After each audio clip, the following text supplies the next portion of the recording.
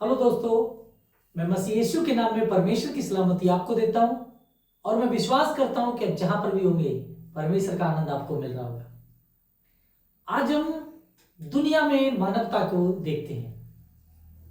मानवता सबसे बड़ा धर्म है और इस धर्म की विशेषता यह है कि हर एक मानव को दूसरे मानव से प्रेम करना चाहिए, उससे नफरत करना नहीं चाहिए। जो व्यक्ति लड़ते हैं, झगड़ते हैं, उनमें धार्मिकता नहीं होती, चाहे वो किसी धर्म के व्यक्ति हों। आज आप देखिए दुनिया भर में बहुत कलेश चल रहे हैं। एक धर्म का व्यक्ति दूसरे धर्म से कमजोर और झगड़ा का बात करता है। यहां पर मैं कुछ आपको दिखाना चाहता हूं। ये पवित्र बाइबल है।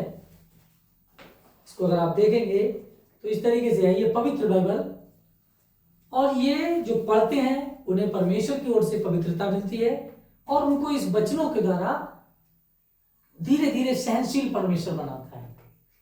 और जो पवित्र बाइबल पढ़ते हैं उनका मतलब ये नहीं कि वो दूसरी किताबों का अनादर करें, दूसरे धर्म का अनादर करें। जो बाइबल को सही रीति से पढ़ता है वो किसी का अनादर नहीं कर सकता।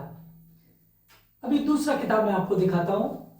ये है कुरान मजीद, और अगर आप इसको देखें तो इसको भी पढ़ते हैं, और जब पढ़ते हैं तो बहुत सी सहनशीलता, बहुत सी सज्जनता, बहुत सी अच्छी बातें हम इससे भी सीखते हैं।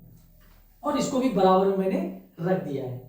अगर इसको देखते हैं तो ये है श्रीमद् भागवत गीता, और ये मोटे अक्षरों वाली हिंदी टीका सहित है और बहुत अच्छी किताब है।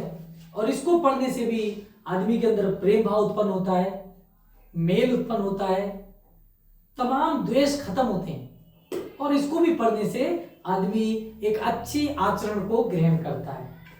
फिर और भी बहुत धर्मों की किताबें हैं। अगर आप इनको देखें तो ये बहुत धर्मों की किताबें और बहुत किताबें हैं जो मैं अपने पास रखा हूं।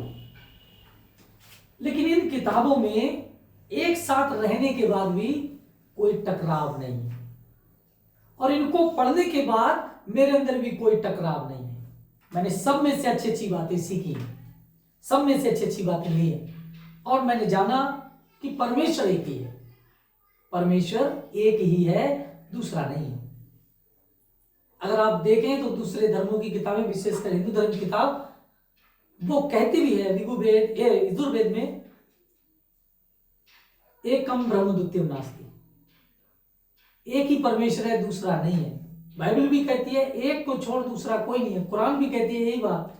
अगर आप जो भी किताब पढ़ेंगे उसमें एक ही ईश्वर के बारे में जिक्र है, लेकिन हम लोगों ने अपनी मान्यताएं अलग अलग कर ली। अगर आप शुरुआत के समय देखेंगे, जब हमारी बाइबल बताती है सॉरी, कुरान भी बताती है कि एक व्यक्ति था जो जल प्रलय के समय बचा। उसका नाम नूह था, उसकी पत्नी थी, उसके बेटे थे। उसी चीज को अगर आप हिंदू धर्म में पढ़ते हैं वो भी बताते हैं कि एक व्यक्ति था, जल प्रलय से धरती खत्म हुई तो मनु नाम का व्यक्ति बचा था, और उनमें पति पत्नी का दोनों का नाम श्रद्धा और मनु था। यानी अगर आप मनु को ना देखें, नूह को देखें, और नूह को ना देखें, मनु को देखें, उन सब बातों को छोड़ें तो एक स्टोरी को देखें कि ये कहानी यहां पर भी घटित है, वहां पर भी घटित है, और दुनिया में घटित है। आज तो इधर से उधर जा सकते हैं आप। जिस समय में बाइबल लिखी गई, जिस समय में दूसरी और किताबें लिखी गई, उस समय में दुनिया के लिए लोग ज्यादा नहीं जानते थे, लेकिन फिर भी इन सब बातों का मेल बताता है कि कहीं ना कहीं परमेश्वर ने किसी ना किसी रूप में बात की है, और जिससे जिस रूप में बात की वो उसे उसी रूप से देखता है। इसलिए मेरे भाइयों, मानवता सबसे बड़ा धर्म है। जो मानवता की सेवा करते हैं वो कभी भी धर्मों के बीच में नहीं झगड़ते।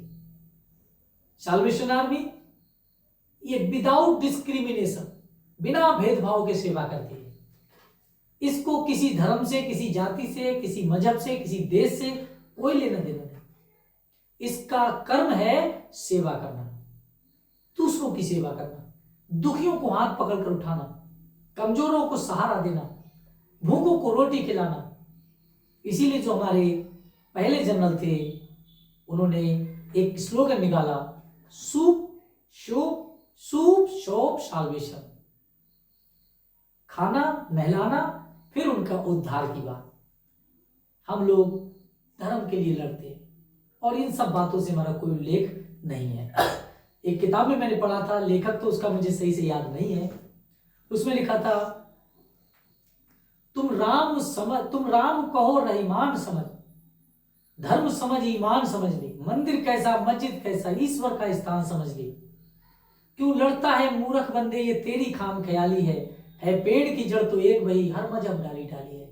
परमेश्वर हमारा एक ही है, चाहे हम किसी देश के रहने वाले हो, किसी भाषा के बोलने वाले हो, किसी धर्म के मानने वाले हो, और इसीलिए हर धर्म का जब आप सम्मान करते हैं तो कहीं ना कहीं अपने प्रेम को परमेश्वर के प्रति आप प्रकट करते हैं।